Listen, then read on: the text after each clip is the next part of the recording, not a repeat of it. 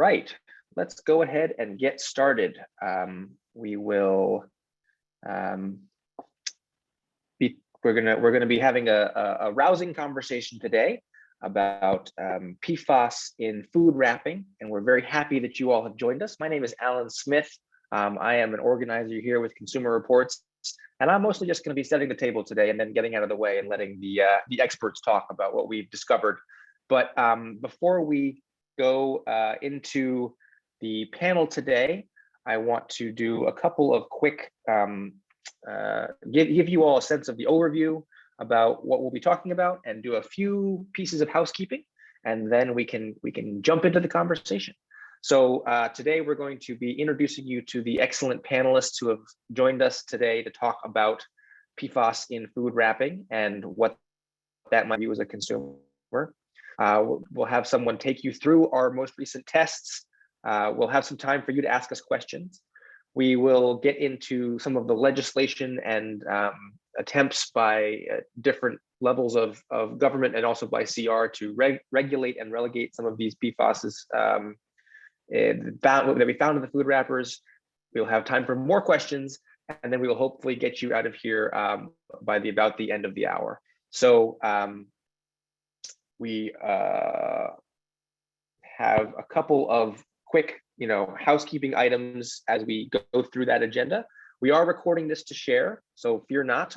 Some recording will be available to you, usually about 24 hours after the event. We hopefully will have, we do have closed captions available. They are streaming along my screen right now, so if you'd like to turn those on or off, there should be a closed caption button at the bottom of your thing, which will also go with the polls and chat.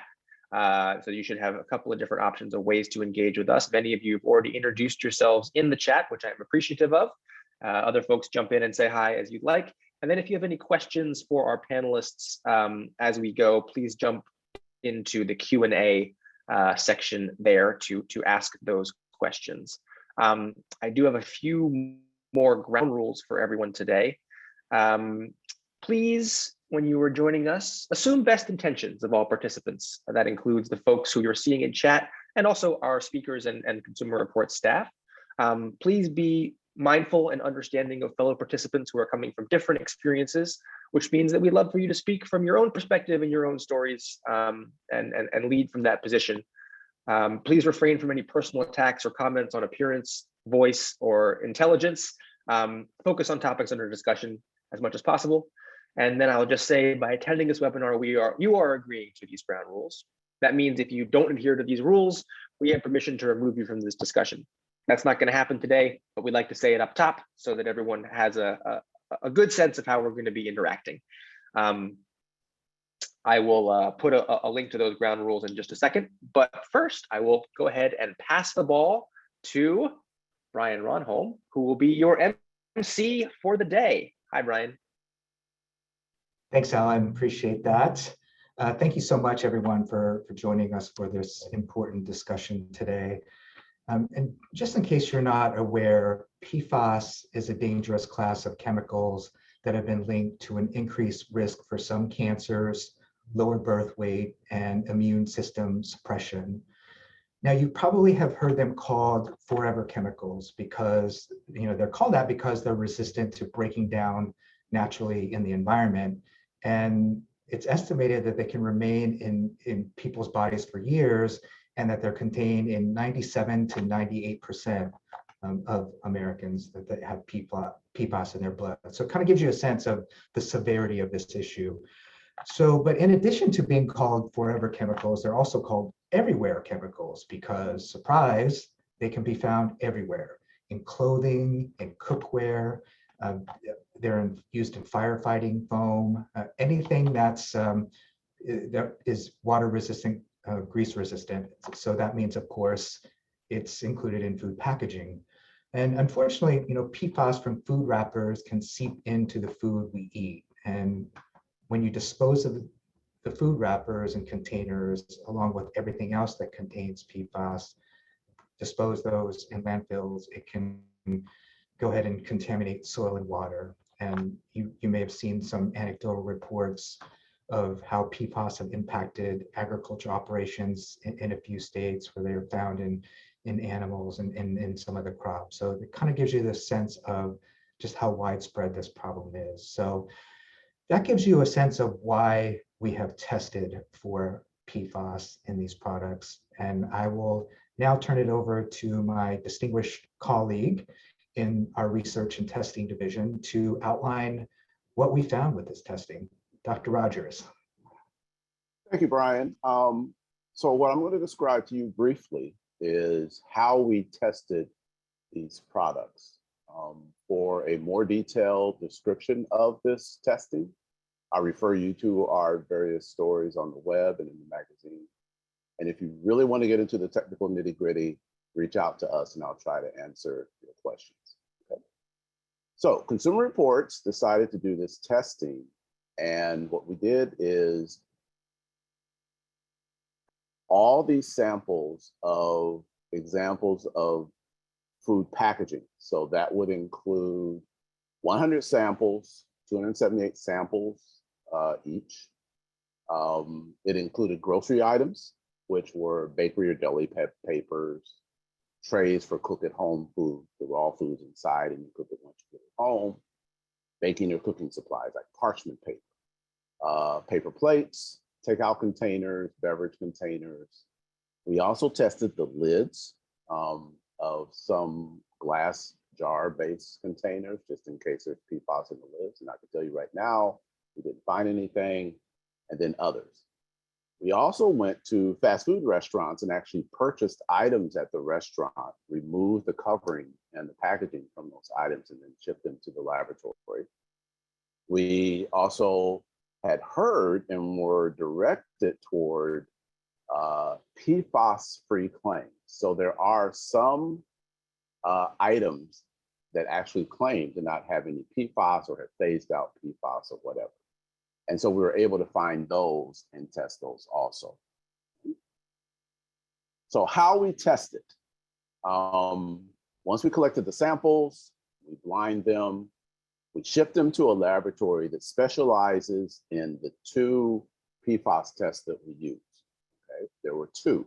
One is called total organic fluorine, or TOF. And what that does is tell you how much total PFAS is in the product.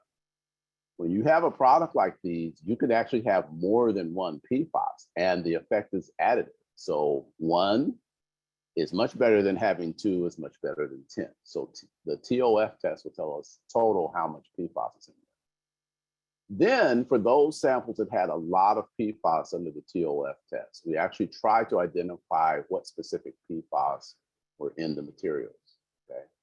Now we're fighting against that. There are thousands of PFAS out there and more being created every day, but we can only test about 30 to actually identify the specific PFAS. So the technology is kind of lagging behind the manufacturer of these products, but we did the best we could. And we were especially looking for two PFAS, PFOA and PFOS.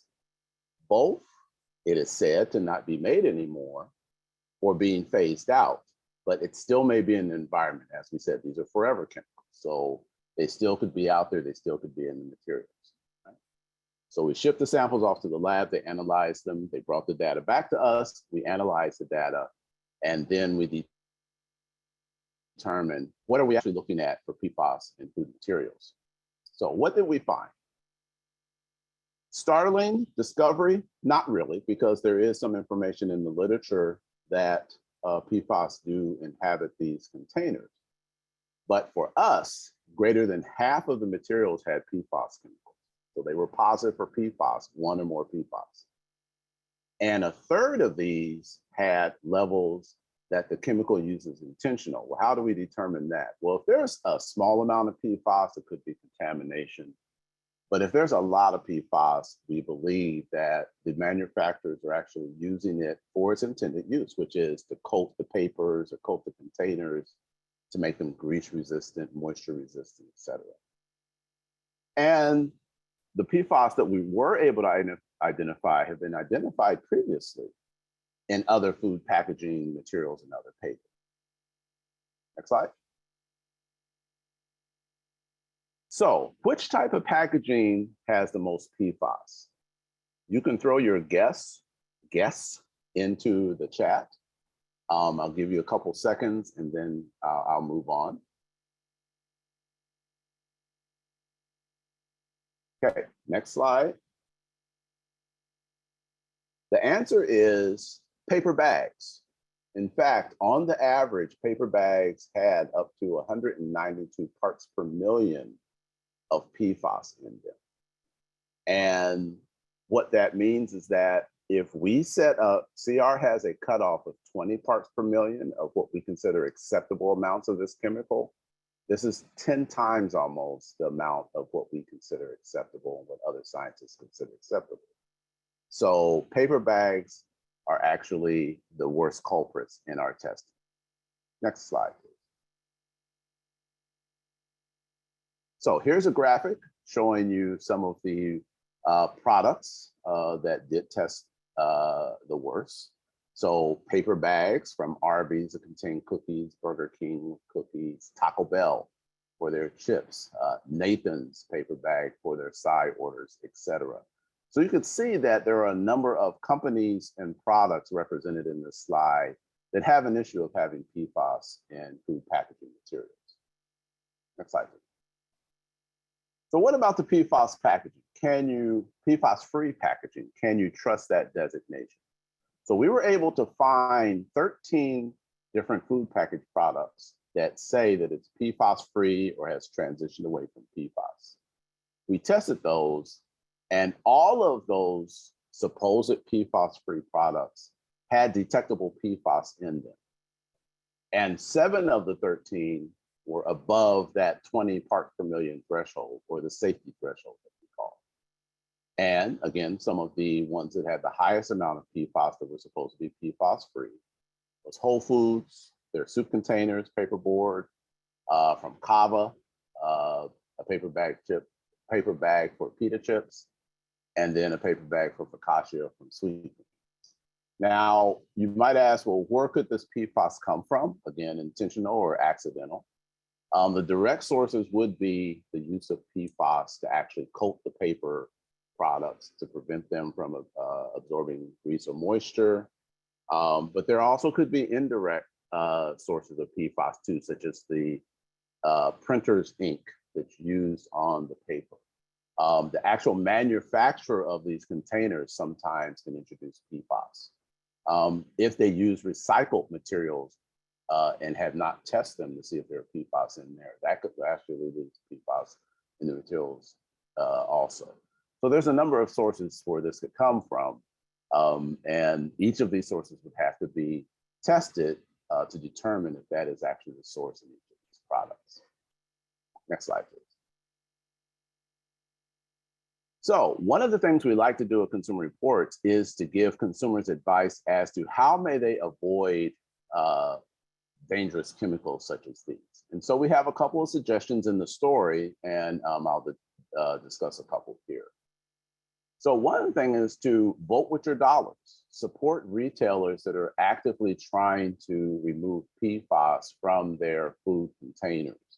It's going to take a little research. You may have to look at articles such as ours and other information that's out there, but let these retailers know that you don't want PFAS in your food containers when you are buying food from them.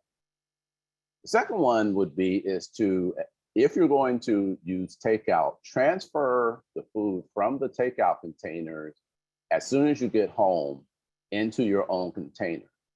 I prefer glass, and so if I get something from takeout, I transfer it to glass for any storage time that it's going to be there, and then store your leftovers in your own containers.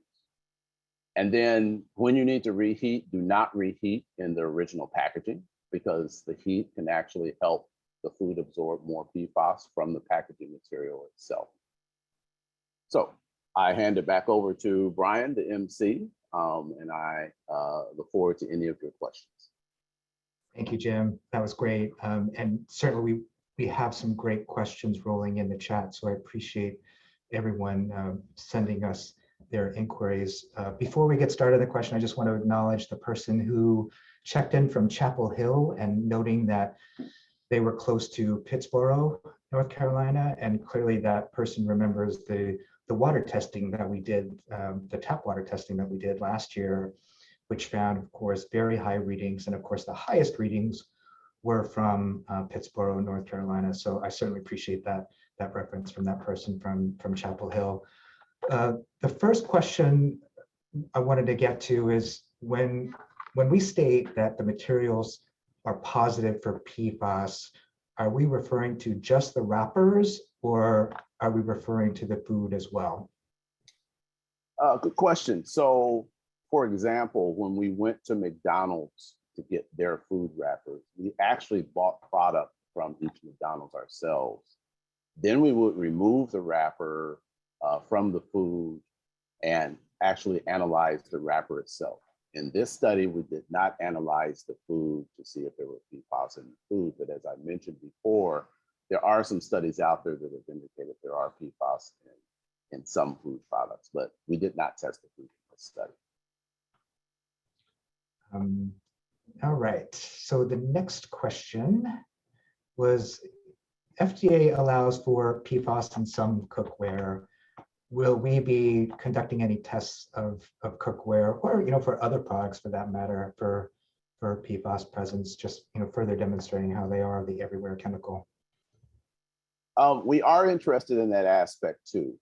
We are very interested in the entire chain of possible PFAS exposure. And so there is a possibility that at some point you will see that Consumer Reports has tested cookware, and we will certainly report it on our website and in our magazine. Right. And we have a series of great questions on about paper bags, food, grocery stores, those sort of types of products. What is our sense then in terms of the concentration? Is it equal to the PFAS in our bloodstreams already? That was one great question.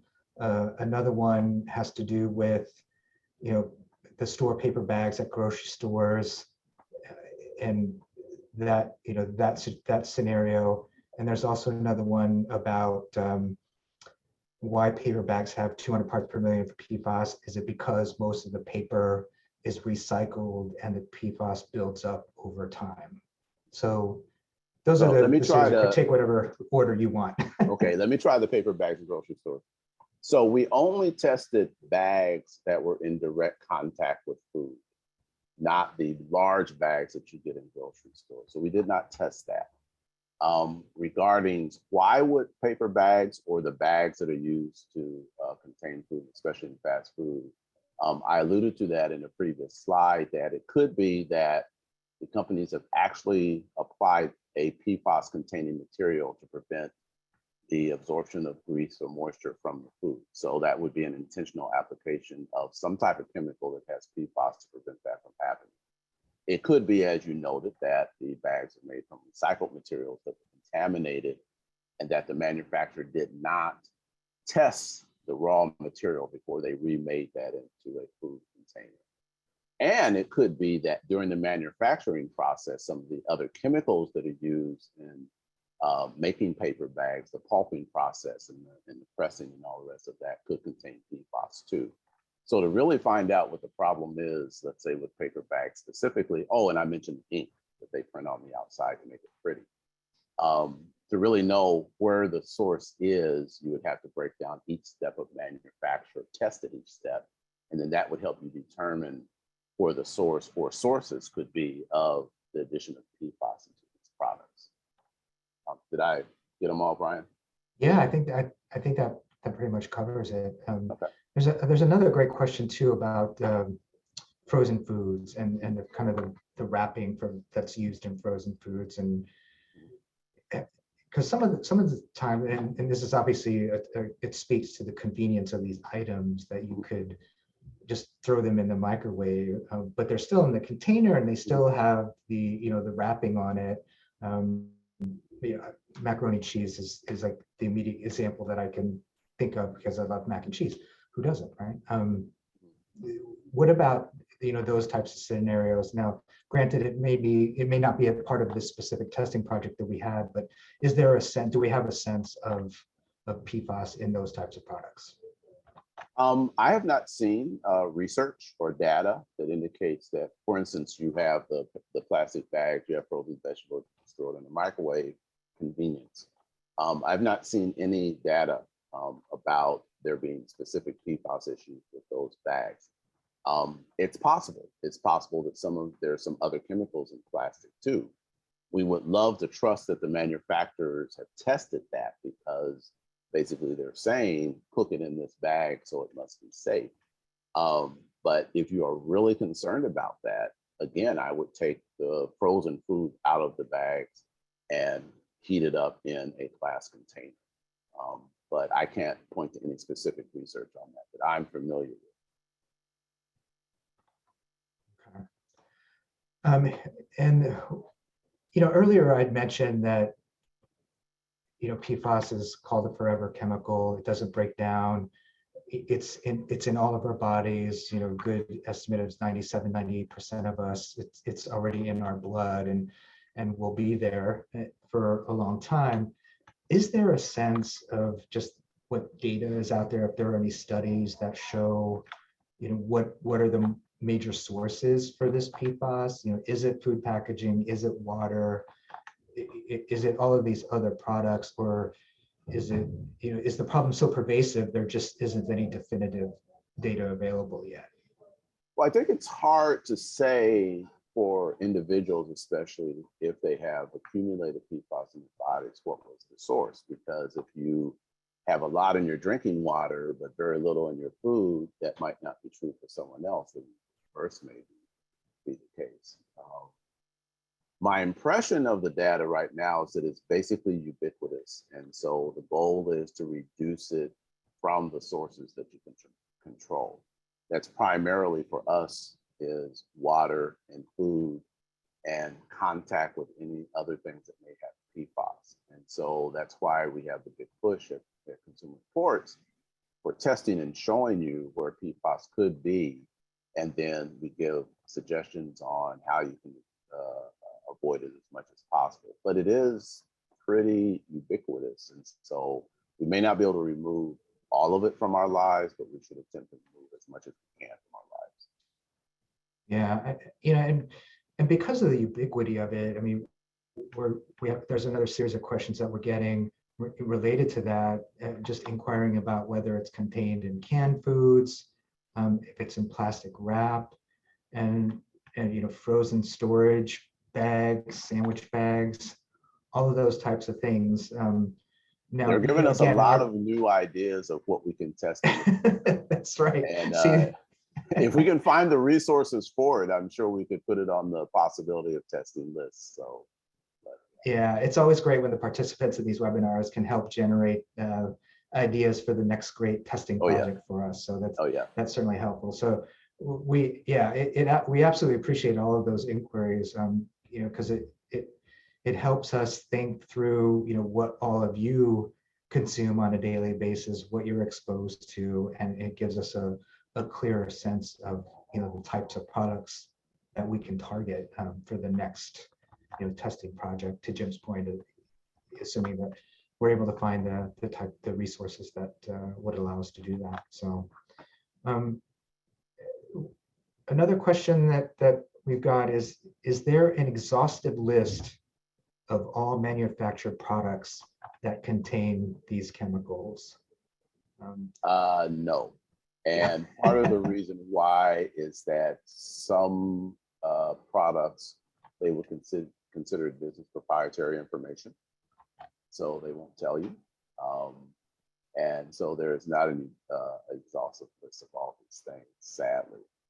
You really pick up how far this chemical extends into our lives only by reading the literature, where people like us go out there and just start testing stuff.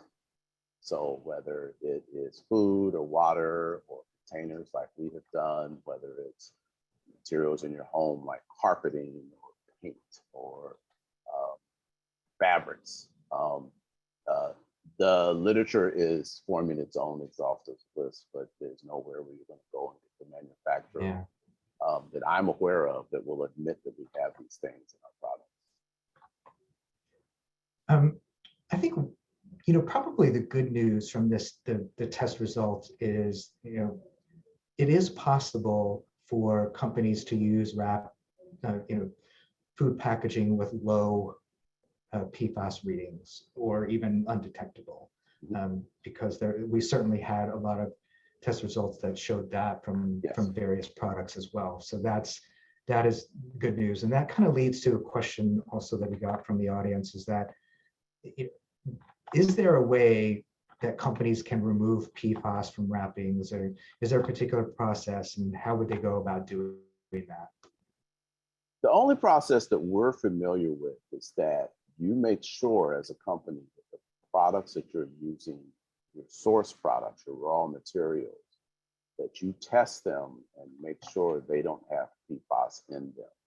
And then you test the end product.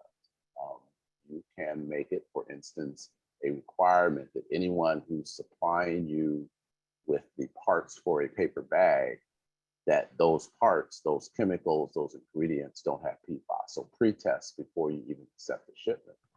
And then you can test, like I said, along the way to see if there's anything in your manufacturing process that is adding PFAS, and then test the end product. So before you ship your paper bag that's going to contain cookies for Burger King, make sure those paper bags are PFAS-free. And if they're not, toss them and do it again. And that's probably the best way, in my opinion, that you can make sure that the end product, which we're being exposed to as consumers, is PFAS. That's good. Good to know. Well, maybe do one last question before we have to move on. Just one last item that someone from the audience asked about, and that's wax paper. I think it seems intuitively that would contain PFAS, just because it seems like the purpose of wax paper is to make it water resistant, grease resistant. So that seems conducive to kind of the use of PFAS. But you just, based on your knowledge and the testing of it, would something like that kind of have a high risk or a high probability of containing PFAS chemicals? I'm reluctant to say that it would or it wouldn't. I think that, again, you would have to test a number of manufacturers' wax paper to make sure that there's not like a across the board reason for wax paper to be contaminated. And you may be able to find certain manufacturers of wax paper that are exceedingly low in PFAS. But it's difficult to make a blanket statement that all wax paper would have PFAS. So sorry, I can't really answer that question. Fair enough. No, fair enough. So why don't we go ahead and kind of move on to the next point of the discussion. There is one last question about other countries addressing this issue any better than we do. That's before we kind of talk about the legislative piece to all of this. That's a great question. I think we've certainly seen some countries in the EU that have addressed this issue. I think of Denmark in particular, Jim, and I don't know if there's any other examples that you can think of off the top of your head, but the Danish scientists there established a threshold of 20 parts per million in their food packaging, sold in Denmark, and that's a pretty low level, just based on the science available. That's right. Yeah. Compare that to a standard that's going to be in place in California, which I believe that goes into effect in January, where that threshold is 100 parts per million. Right. So clearly slightly higher than Denmark, and I think we're still kind of it's too early to tell whether the 100 parts per million threshold kind of becomes a standard. There are states, that have passed, 6 other states that have passed legislation about this too. I think a lot of those doesn't include a specific threshold. I think that's the sort of threshold that will get addressed in the writing of the rule in the state. So it'll likely depend on kind of the best science available as they begin to develop those thresholds in those individual states. Yeah, I So think, Brian, as you know, since we both came from USDA, there are thresholds that are attainable and there are thresholds for regional, right? So sometimes they will set a threshold because they know that companies can attain it if they source their raw materials better, or they that's right. have a better manufacturing process and they monitor it. So they know it's attainable. They just have to give them that little push to get there. Yeah. Aspirational goals, as you know, are say, well, we know we can't get there today, but we want you to shoot for that goal if at all possible. So whether the 20 parts per million in the Danish rules is either aspirational or attainable, I don't know, because I don't know what their testing data is. But as you said, it is one of the lower standards that we've seen proposed for these chemicals and materials. So I think it would be interesting after it's in place for a little while, were they actually getting the majority of the manufacturers to be able to? Yeah. They may not, but at least it's there as a target. Excellent point. Excellent point. So we mentioned, how it's possible for companies to get low readings on it. So that's one piece of good news. The second piece is states are acting, which we talked about. The 7 states right now, there's an 8th one, Maryland, that's about to cross the finish line and put something in place. And there's a few other states working on it too. So that brings us to the national level, and then with all of this momentum of kind of the availability of alternatives that have low readings, with the states acting, it creates this momentum for Congress to work on legislation. And we're fortunate that Congresswoman Debbie Dingell from Michigan has introduced legislation, the Keep Food Containers Safe from PFAS Act. And a lot of our members probably received an outreach from Meg, and she can talk about this later, but just encouraging their members of Congress, or encouraging our members to connect with their members of Congress to ask them to co-sponsor this bill, to support this bill. And it's something that Congresswoman Dingell's office, she and her office are really focused on. And their hope is to be able to push this forward and include it in kind of must-pass legislation by the end of the year. And as all of you know, nowadays it's very, very difficult to push legislation through, and they often wait till the last minute. And as last minute vehicles become available, they try to attach other pieces of legislation to it. And this is potentially one of them. So it's important for us to kind of continue to demonstrate our strong support and get in touch with our representatives and senators to encourage them to talk about it. So that's kind of one piece of how PFAS is being addressed in national legislation. Another piece is a bigger bill that focuses on establishing standards for water, for tap water, for discharge in our waterways, and that comprehensive bill is called the PFAS Action Act. Now that has already been passed in the House of Representatives, and now it's kind of being worked on the Senate side. And the status of that bill is a little unclear at this point. They're still at the very beginning stages of drafting their version of it. And early indication is it's going to look nothing like the House bill that was passed last year. And it's pretty clear that most consumer public health groups support the version that was passed by the House. So it's not looking good that the Senate will be able to replicate that effort and be able to pass something stronger. Now that's kind of a separate piece to all of this. So it's conceivable that they can all move together, the food container bill and the bigger PFAS bill. But the way the legislative dynamics are playing out right now, it doesn't appear that something like that will happen. So we'll definitely at this point be seeing 2 separate tracks that we'll be monitoring for however the legislation moves. So everyone just keep an eye out for that, and we'll certainly notify members on when a great time to engage on that. So that's kind of where we are on the legislative front. And I mentioned the work that's been going on with corporations, and certainly we've seen a lot of activity on that front.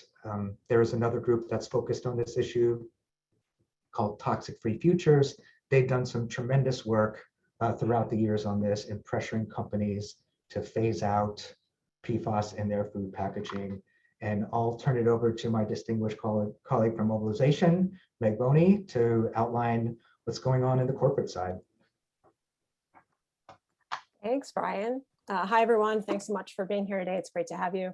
I'm Meg Bona. I'm the Associate Director of Campaigns here at Consumer Reports, which means that I work to get consumers engaged and help advocate for change. So one of the ways we do that is through legislative channels, like Brian just talked about. But one of the ways that we have found that the marketplace will move more quickly than Congress. A lot of things move more quickly than Congress, but that's certainly true when it comes to marketplace change. So when we have a test project like this one, where we can point to company-specific results, it gives us an opportunity to do some corporate targeting and try to get companies to commit to better practices. So I thought I'd share a little bit of the behind the scenes story that happened here around our corporate targeting. In this instance, when we looked at the results from our test project, we decided to focus our campaigning efforts on 4 companies: Burger King, Arby's, Nathan's Famous, and Chick-fil-A. And we did that for 2 reasons.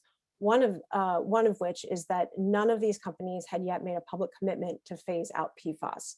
I saw in some of the questions coming through that folks were asking about companies that had phased out PFAS, had made these commitments. We're going to drop a link into the chat here. Brian just alluded to our friends at Toxic Free Future that have done a great roundup of this information. So we wanted to make sure to share that. There have been a slew of companies that have already committed to phase out PFAS, and that includes McDonald's, Chipotle, Wendy's, Taco Bell, a whole bunch you can see here in the link that we're going to share.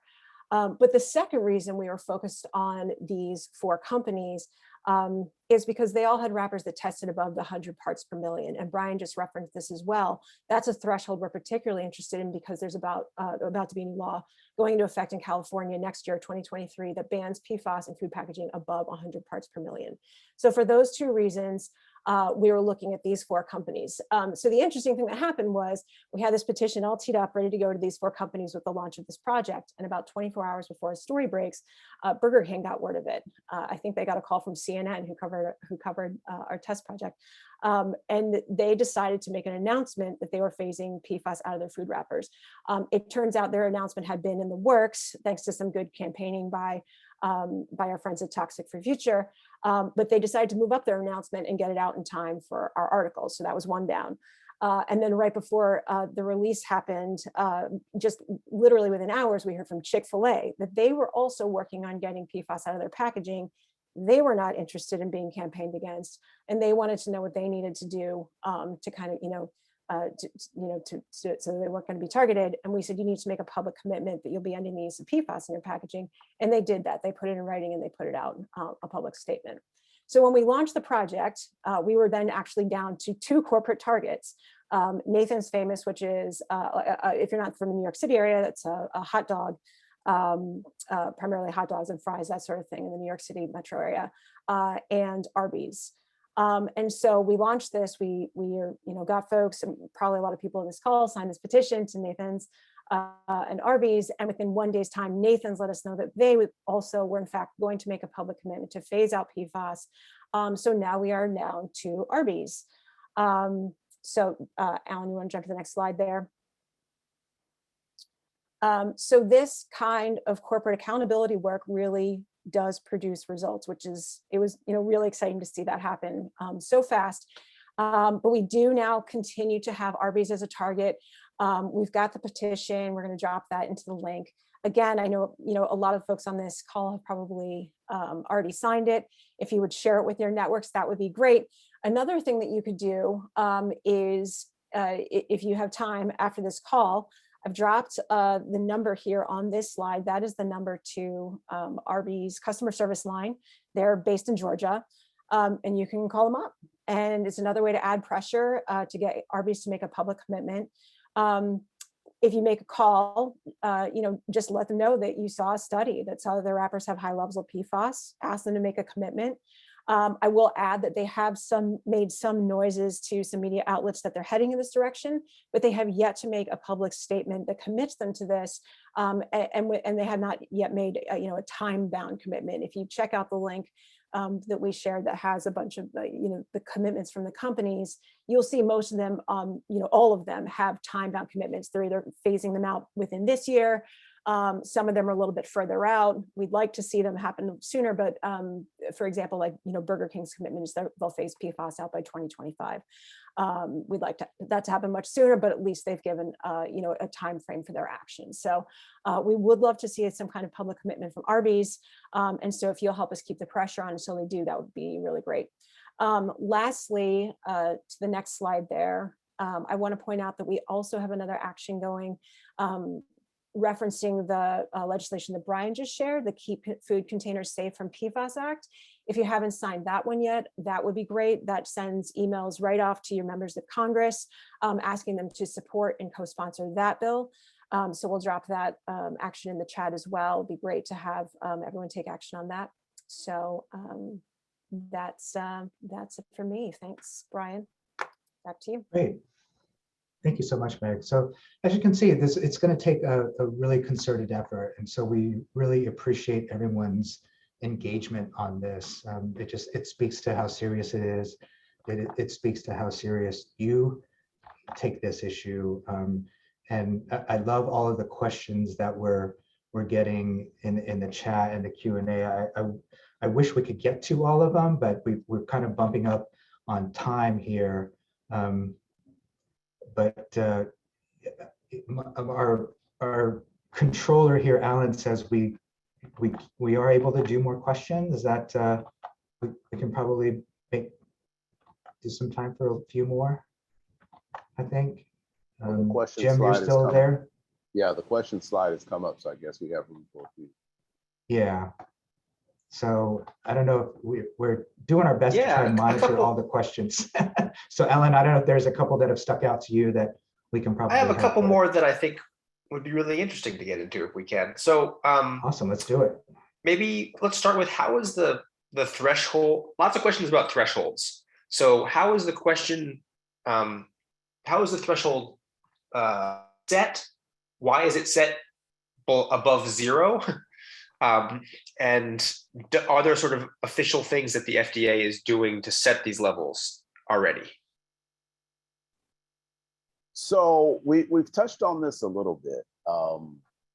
Ideally, the threshold would be 0, but I think the reality is seeing that, number one, the PFAS are out there, and if you set it at 0, not everybody is going to get there. The second thing is that you want to set the threshold based on health effects. So if the research is out there, you can say above the threshold is medically dangerous, below the threshold is medically safe. That's a little bit more difficult to do. You have to do a risk assessment. You have to include information of health effects. You have to include all the health effects. That's a little bit of a difficult calculation. I also mentioned that sometimes thresholds are set as attainable and then aspirational. And so if you survey all of the products and you could see that the majority of them fall below a certain threshold, you then set the threshold for everybody else to come down to that level. And then you reset it again and make it lower as they figure out ways to lower the concentration of these chemicals in their products. So the FDA does a little bit of all of that. I mean, they do look at the medical effects of these chemicals at certain concentrations and certain exposures, and then they will set a threshold based on that. They will also have a calculation that will include whether it's an obtainable threshold, because why set a threshold when you know there's no one's going to meet it in the next 100 years? So you try to give them little steps to bring it down little by little, so you eventually get to 0 or to whatever is possibly obtainable by the manufacturing process. I hope that answered the question. Brian, you may have something to jump in there on too. You're on mute. No, I think you covered that really well. One question that I see, additional question that I see is a good one, in that, is it possible to enact regulations that could compel companies to disclose specific types and quantities of PFAS in their packaging? It's absolutely possible. Quite honestly, I think the probability of the FDA doing something like that in kind of the immediate future is probably really slim. Just based on the dynamics of this issue before the agency. I think overall, this kind of debate on PFAS is going to require an extensive, comprehensive effort. That we all need to be a part of. Certainly, Consumer Reports is in the middle of it, from the legislative front, from the regulatory front. On the regulatory front, it's about pushing the EPA to set drinking water standards and for setting standards for discharges in our waterways to minimize it that way. From the FDA standpoint, it's urging them to ban PFAS in food packaging and other consumer products, especially cosmetics. It's just trying to do our best to chip away at at this pervasive problem that we're facing. The old adage is, if you find yourself in a hole, stop digging. And so this is a way for us to kind of stop digging and start addressing these issues little by little, and getting these small victories. And I'd like to think that we can reach that point where we can get to proposals like this, where you require companies to list the PFAS in the products. So yeah, I mean, it's certainly possible. We're not optimistic that the FDA would act on something like that in the immediate future, but we'll just have to keep fighting. One more question that I think is very specific, but also gets to the macro question of the category of PFAS, and then also the individual chemicals within that category. So George asks, when DuPont agreed to end using PFOS, they switched to Gen X, which is now also causing problems. Is anyone reviewing the replacement items to make sure they are not going to cause consumer problems? And I think maybe that specific question is interesting, but then also the larger category here of, we've been through a few generations of things that count as PFAS, and we have yet to discover the health problems of the most recent generation, but that doesn't mean they're not there yet. Take that wherever you'd like, Jim and Brian. Let me take a shot at the first one. I mentioned that there are thousands of PFAS and there are new ones being invented. Part of the reason is that there has been associated toxicity with certain ones. So the idea was, let's make something different, and hopefully it won't be as toxic, but it will still be as useful. The issue that we have, or I have as a testing scientist, is that when the new ones are made, that pure product is not provided to the laboratories that I use as a control. So I could be testing anything and I'll never detect the new one because I don't have anything to compare it to. I don't have a standard. And so I think along with manufacturing new PFAS, it would be great if there was also a requirement that you provide a pure standard to the FDA as a reference. So then we can test for the new one also. So that's the testing side. The clinical side, you're always playing catch up, because then you have to prove that that new one is detrimental to human health. And again, like I said, if there's thousands of them, that means that for each one, you would have to find that proof somewhere that it's detrimental to human health. Difficult to do, and especially if there are new ones being made every year, you're constantly playing catch up to try to get to the front of the PFAS wave to be able to test to determine it's dangerous or not, make regulations against it. So that's kind of the fight that we have right now, trying to keep a hand and a handle on what's going out there in the PFAS. Brian, I didn't know you had anything. Jim, I see another question I think you would find interesting, and that has to do with people inquiring as to whether there's a way to do their own testing for, on food packaging. I think someone mentioned being able to test their ice cream container or other types of products. Now, obviously, I think it would probably be, I don't know how difficult it would be for an individual to connect with the appropriate lab. Is there something that folks can do, or places where they can take these types of products and get it tested? I have seen, now the labs that we use, probably not, because they usually go for many more samples than just the onesie, as we call it, onesie twosies. But I think I've seen some services out there on the web that have said they will test your products for PFAS. Now, are they any good? That's the number one question. And at least in our experience, this is not cheap. Per sample to test for the 30 PFAS that we could test for is a couple $100 per sample. And so you could do it, but could you afford it and could you trust the results? That would be my concern. So. Yeah, well, that's a good thought. Another good question about disclosure by companies and whether, the companies, if they use PFAS in their products, is there a requirement to notify the FDA if PFAS is in their product or exceed any type of minimum level? And the simple answer to that question is no, there's no such requirement at this point. Like I said, hopefully we can get there. There's, the way that the system is set up at the FDA, I mean, just kind of talking about a separate issue on food chemicals. I mean, right now, there is a process that allows for, the food industry to put chemicals in the food without telling the FDA and go ahead and market without any type of pre-approval. And some of you may know this as the GRAS process, that generally recognized as safe. And so there's a big loophole in that process that we're trying to fight against that allows these companies to just go ahead and put these chemicals in food without any type of pre-approval.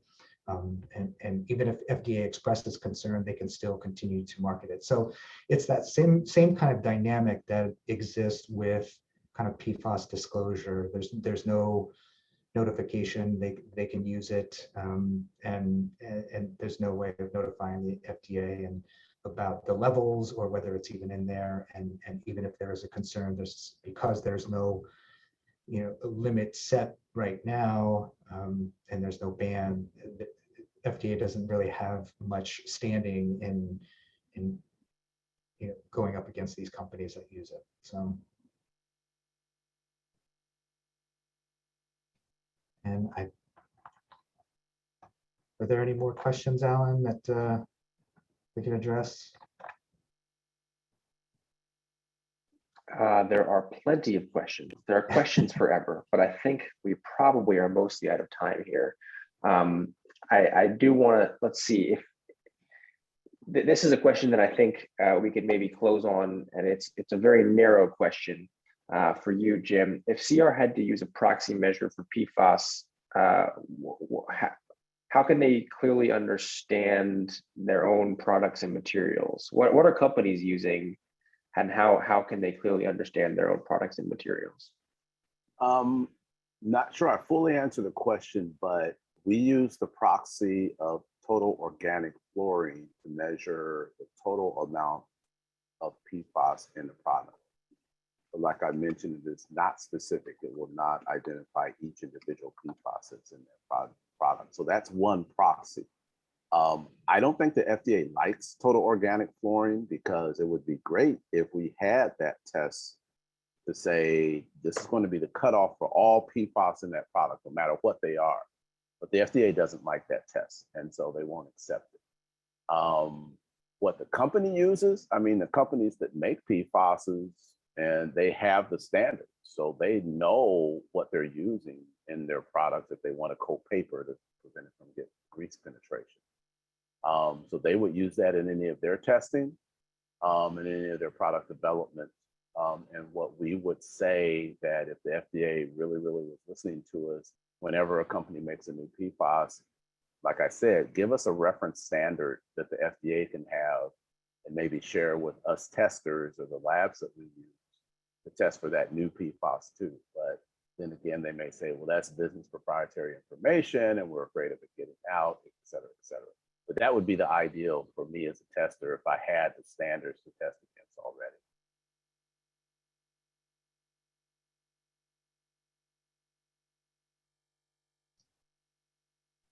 All right. Well, I will I just think that's all I can do with that one, Alan. Yeah. No, that's great. I'll just conclude by saying that just to reiterate for everyone who's worried, all of the information that was streaming by you in the chat, much of what we can have in the slides, and also a recording of this most excellent conversation will be available to all of you.